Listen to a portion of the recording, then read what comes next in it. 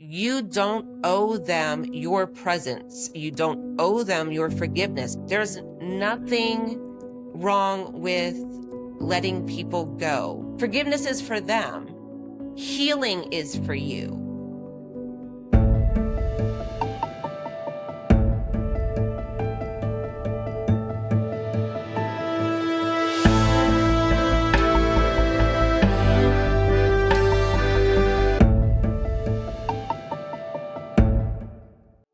Welcome to Just Healing, where we rediscover humanity in our conversations around trauma and celebrate all the unique ways we love and heal.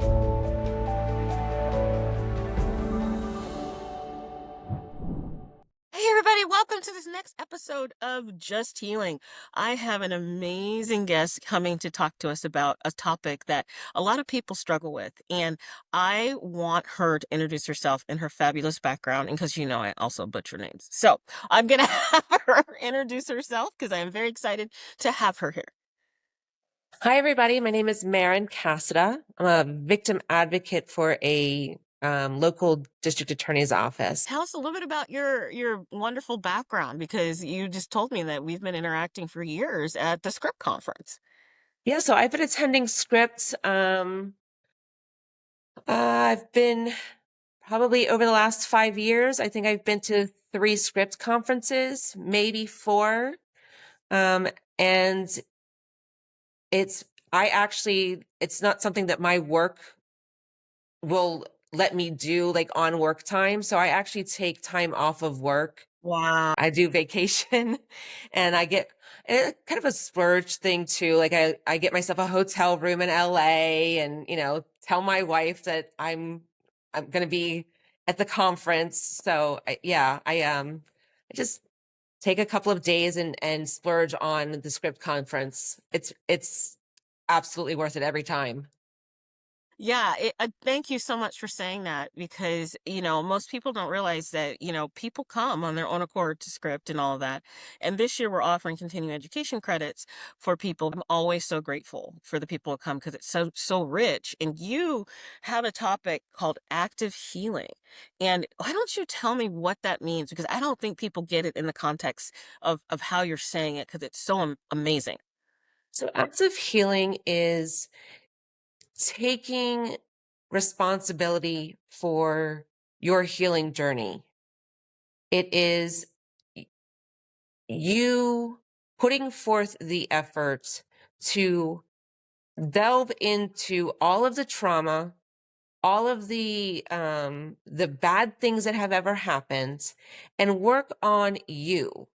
It is not about forgiveness of the abuser or anything like that. This is about who you are and getting you better. It's like taking one step forward, like each day, right? Right.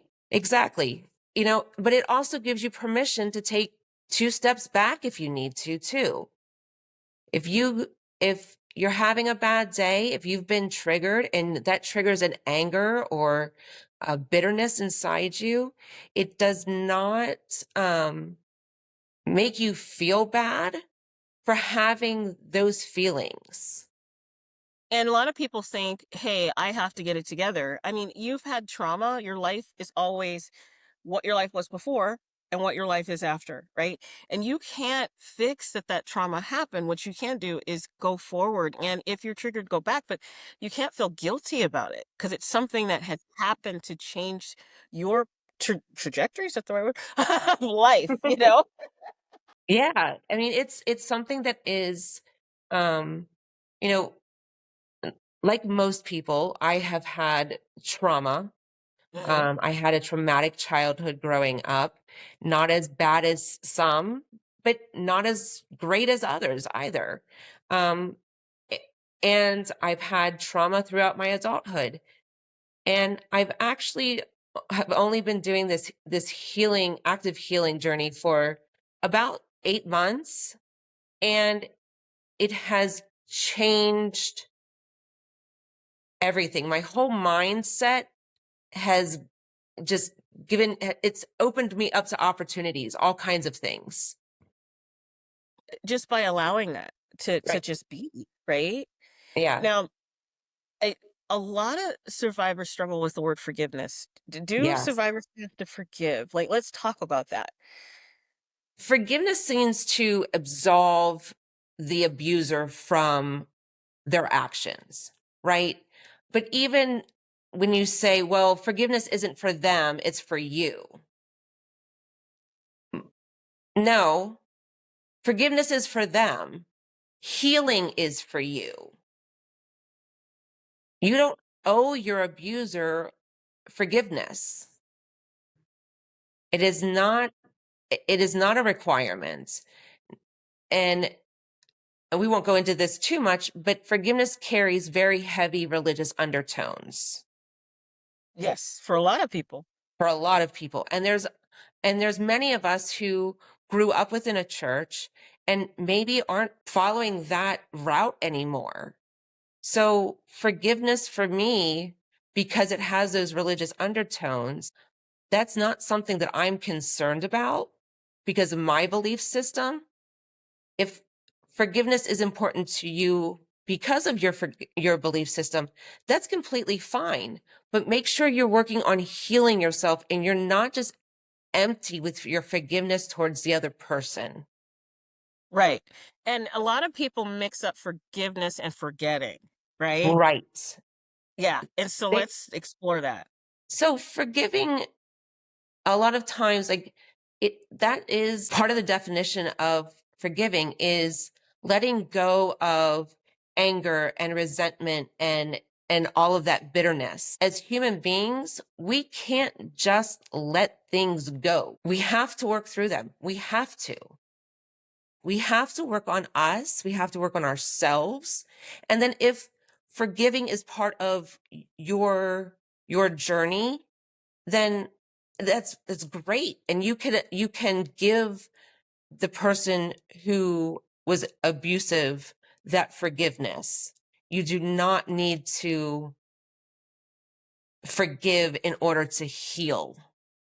And you don't have to forget what they did to you. You don't have to act like it doesn't exist. I mean, I know so many people, like, especially when abuse happens when it's in the family, right? And the family wants you to say, well, just, Uncle Joey's always been kind to you, or Right. Aunt Sally, and it's like, okay, but every time I see her, I see what happened to me. Why do you not understand how I can't forget that, but you want me to let this go because I have to get forgiveness because that's God's way, or however people want to Right. frame it. No, no, something bad happened, and this is a consequence to the bad they did to me. So please don't Exactly. force me to forget because I don't have to forget. I'm just not going to let you build up the feelings anymore. Right. Getting rid of toxicity within our relationships, just because that was your dad or that was your mom or that was your brother or that was your uncle or whatever. You don't owe them your presence. You don't owe them your forgiveness. There's nothing wrong with letting people go.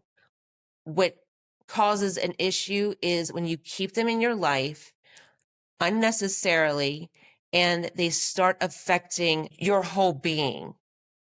No longer comfortable in who you are. You're no longer your own person. You're so focused on, oh my gosh, I'm going to be seeing Uncle Uncle Alan here in 10 minutes.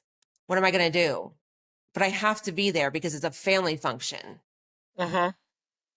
Okay, but he doesn't have to be there. We need to stop allowing abusers into our family functions like it's normal. It's not Uh-huh. normal. It's not normal just because they're blood or whatever.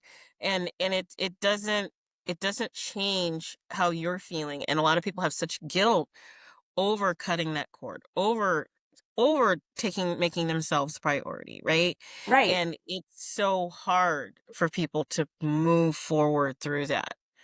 I think one of the things that my dad was very abusive and not so much physically towards me, but a lot of emotional and verbal abuse. And it kind of got to the point as I reached adulthood that I realized I don't have to I don't have to deal with this anymore. So many people were like, well, that's your dad. Exactly. That's my dad, and he should be the one protecting me. He should be the one helping me and loving me and being there for me, not being abusive. After he passed, it was such a relief. And that sounds probably a little harsh, but at the same time, it was, you know, wow, I can go visit my mom now. I don't have to worry about my dad being there, Uh-huh. you know? And this whole, well, don't speak ill of the dead. You need to forgive them because now they're not here. No, I don't. I don't owe that man forgiveness either. He doesn't Right. get that grace automatically because he died. Right. And people don't realize people saying those things to you is abusive itself. Right. Right.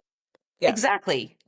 You know, it's not, forgiveness is not between me and the person that it happened, that did these things to me. I don't owe them forgiveness. If they want forgiveness, that's between them and their belief system. Right. And I usually say, don't make me question my sanity. Right. You know, Exactly. I remember, Right. so I know what I went through, and yeah. my memories I know might be different than theirs, but that doesn't invalidate mine, and it doesn't invalidate anybody else's either. Right. You can have your POV or point of view all you want, but my point of view, and I choose that my point of view is that I want to cut you off. Right. Yeah. Yeah. It's interesting how people struggle so hard. Active healing, it allows us to take control of ourselves and how we handle our healing journey. And it allows us to move forward at whatever pace we need to move forward to with. And then on those bad days, because you're going to have bad days, it's going to happen. And you're going to be angry and you're going to be resentful. You're allowed to feel those things. What is wrong with feeling those things is when you weaponize those feelings and use those feelings to hurt others. Yeah. Yeah. And that is the part, is the weaponizing to hurt other people. People don't realize words are weapons. They're not just words. And it can really pierce someone in their soul, just as much as fist or other things that you can do to people. Absolutely. I'm wondering, because men act out more and women are more verbal. Is there a difference in the active healing process with men and women? No. And the reason is this: active healing requires that you are involved, right? That you are making conscious decisions, whether it's by minute or day by day, or however that works out for you as you heal, that you're going to continue on this healing journey. Hmm. And you're going to allow yourself to acknowledge these feelings that, these quote unquote negative feelings, Hmm. right? So with men, they're taught that anger and aggression is what masculinity is. And I'm really hoping, and I'm very hopeful that we're kind of on the precipice of that changing. But men also need to seek therapy, probably more than they want to admit themselves. And there's nothing wrong with that, as long as they're taking an active role in their healing journey. Nothing changes from men to women. Right. And it's just about the behavior. There's a grieving process. And just because you're a man or a woman doesn't mean that grieving process changes, right? Right. And you've heard of, like, I think it's Kubler-Ross, the 7 stages of grief, Yes, and you go through those stages, right? It's the same thing with healing. You go back and absolutely. forth. Absolutely. For me, forgiveness seems so linear. The stages are, I go through this one, I go through this one, I go through this one. And if I go back, that's not what forgiveness is. Like, I haven't let it go. So that's not genuine forgiveness. Uh-huh. Whereas with active healing, it allows for that ebb and flow of, you know, forgiving yourself, but then the next day being, maybe you're triggered, maybe you're upset about something. There's nothing wrong with feeling those feelings. Hmm. No, and there's nothing wrong with those feelings coming back and forth. Right. Right. We can't prevent that from happening, and No. it's not until you reach the point of, and this is when you know that you have healed, is when you have gotten to the point of complete indifference towards that other person and they're not affecting you anymore. You're What they did to you created you as you are, right? You're no longer focusing on how they're making you feel anymore. And it takes time. And some people never get there, and that's okay too. It's something that I have worked on with some of my trauma, and I've been fortunate enough to reach that point with some of my trauma that I can talk about it in a very clinical manner. It's not it doesn't trigger me anymore.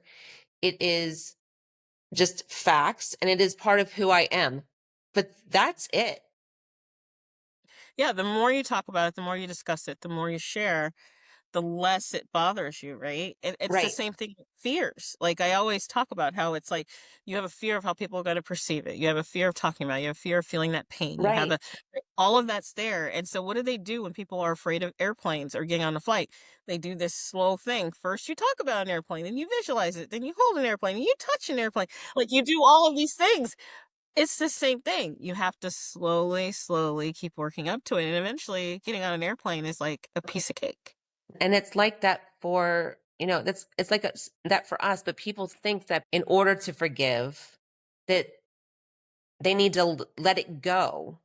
Mhm. And it's a horrible way of allowing an abuser to keep their hold over you, thinking I have to forgive them in order for me to heal. Right. They are not mutually exclusive. No, you never even have to talk to them again. Exactly. See them, have anything to do with them, Nope. you And know? that's the beauty of healing. I can do all of the things that I've ever wanted to do, and I don't have to include anybody in my tribe that I don't want to include. If you're Mhm. within my circle, you're very lucky to be here, and you know it because I make sure that you know it. But if you're somebody who I don't want to associate with because you've hurt me, I don't owe you that presence. I don't owe you forgiveness. Right. You don't owe anyone anything. If anything, they owe you an apology. Exactly. And Right. there's a lot of times that abusers they don't know what they did. They're not going to recognize that they're abusive. But there are some that do. I have to give credit where credit is due. There are people who have gone through the steps of healing themselves so they're no longer hurting other people. As we know, hurt people hurt people. It's because they feel negative about themselves. People project that outward, and it's like, wow, okay, you're a positive human, like, Mhm. and it's because they're not, right? Right. And and that's about them. That's not about you. You don't have to fix everybody. You do not Nope. have to offer everybody help. You Nope. can only do what you can do. And some people, no matter how much help you give them, they have to do it themselves to be able to move along in their journey. And that's exactly what active healing is the survivor, me. I'm responsible for taking the steps that I need to take to heal. Right. And it's not about um anybody else but me. And it gives me the power as the victim, as the survivor. I'm now taking power back and doing things that I need to do to make myself whole. Right. And that is the amazing thing. And I think that might segue into the topic because you're going to be presenting it script. And tell us a little more about like what you're going to be presenting at Script, because if you want to hear her in person, this is the time to do it at the Please come Endowment see Center. me. Yes, it's September 29th and 30th, and it's a free conference. Come on. So tell us a little bit about your topic. So we are going to be discussing the differences between um, what active healing is and what forgiveness is. Well, I want to hear from other people what that looks like for them. You know, is forgiveness as linked to um, healing for others as what it felt like it was for me? Hmm. Um, and then the other thing I'm going to go into is I'm going to give people some information, some tools about how to go about this active healing journey on your own. Mm, that's going to be amazing because I love takeaways. That's the one thing about Scripts, that we do a journey. Like, if you need that, we do it. Like, we do it all because we want the knowledge, we want the people, and we want people to get what they need to help people on their healing journey, which is amazing. Right. All right. So what do you want people to get out of this? Like, what do you want people to take away from this interview? Let me say this. I am not saying in any way that you shouldn't forgive people. I'm saying that forgiveness is an option. You don't owe it to anybody. I'm not saying that you need to forgive, and I'm not saying that you need to hold on to your anger, because we know that being angry all the time is not good either. But anger does spur change. It does spur you to make decisions and to leave situations. Healing and forgiveness are not mutually exclusive. You can do the healing without the forgiving.